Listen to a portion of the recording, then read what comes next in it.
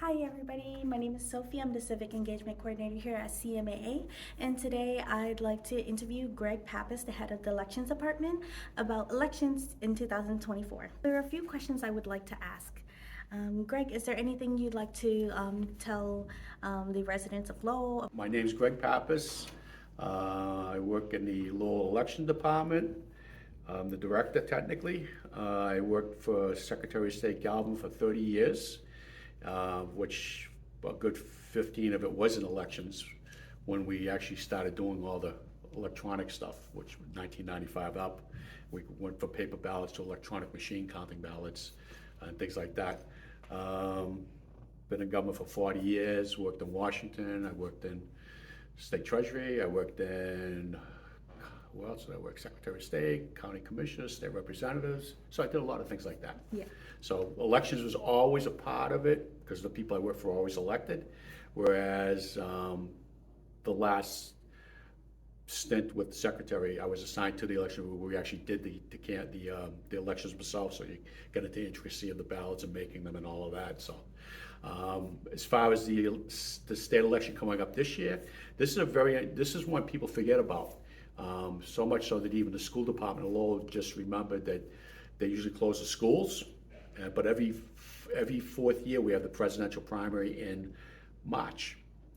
And what happens is people forget about that one, and the school committee is going to, I believe, take a vote Wednesday night with the superintendent's recommendation to close the school.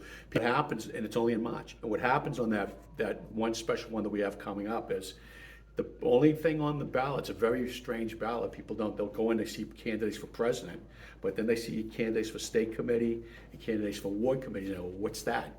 And they just forget about it because it's a 4-year period. That's your city and town committee positions. So there's going to be that's all you're going to see on this ballot, along with the presidential person. Is going to be the state committee people running for the Senate-wide districts and the ward and town committee. You might recognize and say, oh yeah, I remember this from 4 years ago, but this is the election people forget about. All right, thank you so much. And now I want to go into asking what languages are readily available at the Elections Department? So we have English, Spanish, and Khmer. I think eventually, well, we also have, as far as that's the ballot, that's what the state law requires, the federal law, because the amount of people that live in the community. There are a lot of Portuguese folks, and I think at some point that could be one, but we don't wait for that. We have people in the office that can speak Portuguese.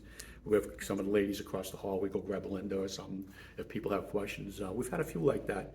And we also have people at the polling locations that pretty much can do all those languages, Spanish, Khmer, and Portuguese, yeah. Awesome. Yeah, it was with the new young lady we got from Lynn. She came to work for us about 3 months ago. We had a couple come in, Americans, but they're Guatemalan, but American citizens, different type of Spanish. Perfect. They understood. They were so happy. They felt like they were home. You know, Patricia really hit the spot on it. You know, Yeah. It's important. Well, you know what I'm saying. Yeah. Yes. The next question is, who can Khmer speaking residents go to at the Elections Department if they have questions about the elections? Yeah, Yanan, definitely. Yeah, and Yana will call back too. She's very, she was born in Cambodia, so Yana. Yeah. Yeah, and if we have a couple other ladies, and if Yana was out that day, I have Robin upstairs and other places. Where can residents go to drop off their mail-in ballot? So we have the blue box in the police station, and the reason we have it in the police station is, well, first of all, the one we had on Market Street was damaged beyond repair. Luckily, no ballots got stolen. Because I worked for the secretary, I know clerks all over the state.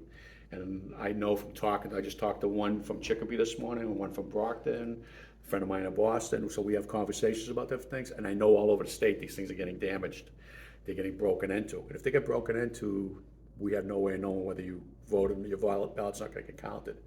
They're very expensive. They're like $3,000 for the ones we have. And I hate to say it, but a lot of people want us to put them back up, but I'm going to say it now, is even that big blue one we have, it's odd that the persons were trying to chisel, even though there was a camera right there. They're trying to chisel it open. a guy came down to fix the lock from Lowell Lock, and he said, "Watch this, Greg." I goes, "What?" Zing, zing, zing, zing, zing, zing. Six screws. He took the top off, and there were the ballots. He says, "Why are they trying to choose?" He goes, "A little hand screwdriver. They come right off." He said, "I could have taken out 400 ballots." And I know I don't want to put that out there, but I am. Why it's that serious. This is not a joke. I cannot put them out. I don't trust them anywhere. And if I was in any other city or town, I wouldn't use them. I'll only use this one because it's in the police department. And if they want to go in there and try to break into it, good luck, they'll get caught. But even with the cameras, they weren't getting caught. So, and luckily we didn't have, this one's okay, but I'm not going to ask the city to pay for more and put them out at the police and fire stations around this when I know they can just get into them, and they've been breaking into them. I can't allow one ballot to be stolen. Or in one case, like in Boston, they took a rag, put gasoline on it, threw it inside, and burnt a whole bunch of ballots. And my friend down there had no idea whose ballots it was, so they didn't get counted. It's not worth it. So if you want to come in to Lowell to drop off your ballot, go into the police department 24/7. If not, if it's during city hall hours, just walk in and give it to us. But that's the best option I can give right now, other than mailing it. Is there any other options other than going to that specific location to drop it off in a ballot? That's the only box I have, yeah, and I can't trust it anywhere else. Last but not least, what are the common issues found when reviewing the mail-in ballot forms that require them to be sent back to residents? For the most of it, a lot of people, no matter what their background, Khmer or Spanish, whatever, English, American, whatever, will sign the names and just mail it, not fill out any of this. That's a big one. I mean, I got probably about 700-800. We haven't been able to deal with all of them yet because we have so much stuff going on. So there's going to be some people that will not get a ballot in the mail because we've been trying to call some, we've been trying to mail some. We got some back that we mailed us. You need to do this, this, and this. And they didn't, even after we mailed it to them. Mm-hmm. So they're gonna have to go vote at the polling location. All right. Or early voting.